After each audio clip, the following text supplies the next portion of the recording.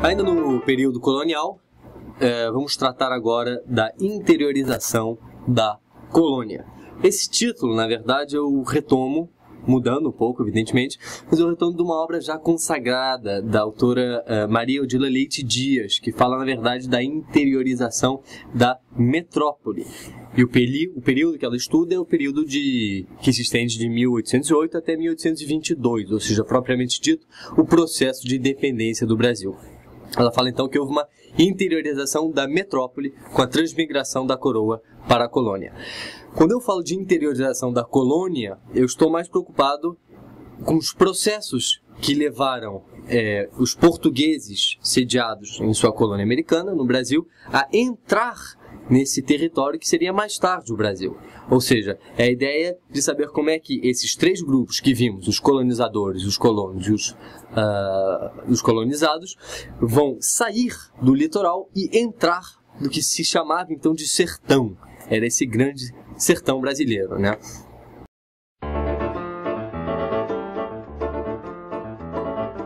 Então vocês podem ver nesse gráfico a teoria dos ciclos econômicos de Simonsen, né? Aqui vemos nitidamente que há um começo, um apogeu e um fim. O pau-brasil, representado em azul, teria tido seu declínio a partir do século XVI e XVII para desaparecer completamente da economia brasileira, ao mesmo tempo que surge o açúcar, em vermelho, que tem o seu auge, né, lá pelos idos do século XVI e XVII, para conhecer um declínio no século XVIII, quando temos o auge do ciclo do ouro e dos diamantes, né, o auge, sobretudo, no século XVIII. Declina durante até a segunda metade do século XVIII, e aí a expansão da economia cafeeira. Isso na visão de Roberto Simonsen. Neste outro modelo, neste outro gráfico, vemos as críticas ao modelo do ciclo econômico de Simonsen. E aqui vemos precisamente que a complementariedade. O açúcar, por exemplo, segundo essa visão historiográfica, não declina completamente, ele arrefece, ele torna-se menos pujante, mas mantém certo vigor ao longo do século XVIII e XIX, ou até hoje, né? Se pensarmos, por exemplo, que São Paulo ainda concentra a grande parte da produção de cana-de-açúcar do Brasil. E aqui, nesse terceiro gráfico, complementamos a visão crítica aos ciclos de Simonsen, trazendo outros produtos, que eram as economias complementares, as atividades complementares, né, aos grandes ciclos. Temos as drogas do sertão, a pecuária, o tabaco, a borracha e o algodão. E vemos precisamente, então, que há convivência, a coexistência de ciclos econômicos e não momentos de declínio e auge tão bem demarcados como fez Simonsen. Neste mapa, vemos as atividades econômicas do Brasil no século XVII. E o que notamos aqui, em primeiro lugar, é que a pecuária, como atividade complementar, ainda permanecia bastante vinculada às economias localizadas no litoral. Temos, por exemplo, em rosa, as regiões de produção de cana-de-açúcar.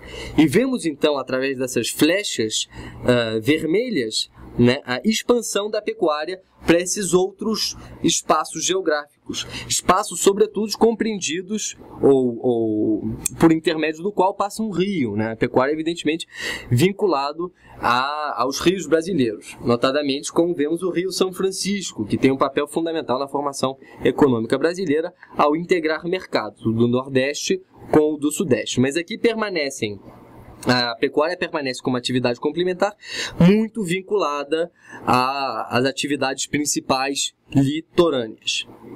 No seguinte mapa, sobre as atividades econômicas no século XVIII, vemos uma alteração nessa mudança. Vemos precisamente o processo de interiorização econômica da colônia. A pecuária não mais respeita apenas as atividades litorâneas. Vemos, por exemplo, em rosa ainda, né, a cana-de-açúcar, que embora tenha esses fulcros territoriais consubstanciados pela pecuária, a pecuária não só se alicerça a esses focos de produção. Temos pecuária também nas outras, ao redor das outras atividades, né, notadamente a do ouro e do diamante. Vemos que a pecuária se estende para o interior do que é hoje o Mato Grosso do Sul, o estado de Goiás, e de Minas Gerais. A isso soma-se a profunda interiorização